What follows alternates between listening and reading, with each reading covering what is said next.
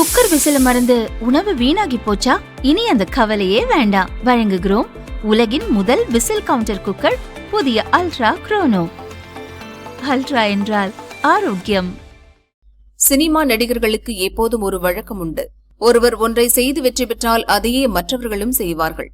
ஒரு காதல் படம் வெற்றி பெற்றால் காதல் படமாக எடுத்து தள்ளுவார்கள். அதுபோல விஜய் அரசியலில் வெற்றி பெற்றதும் நடிகர் தனுஷுக்கும் அரசியல் ஆசை தொற்றிக்கொண்டது. வெளிப்படையாக அவர் அரசியல் பேசாவிட்டாலும் தனது ரசிகர்களை உசுப்பேற்றும் வேலையை ஆரம்பித்துள்ளார்.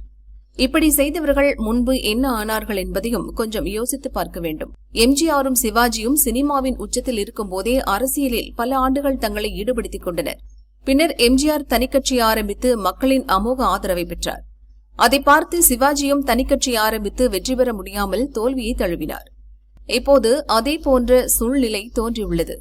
முதல்வர் விஜய் பெற்ற வெற்றியை பார்த்து தனுஷ் போன்ற நடிகர்களுக்கும் முதல்வர் ஆசை வந்துவிட்டது. விஜய்க்கு கடந்த தேர்தலில் கிடைத்த ஓட்டுகளில் பாதிதான் அவரது ரசிகர்களின் ஓட்டாக இருக்கும்.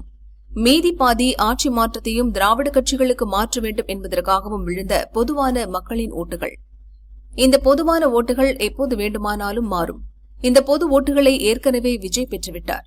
இனிமேல் அந்த ஓட்டுகள் வேறு நடிகர்களுக்கு விழுமா என்பது மிகப்பெரிய கேள்விக்குறி.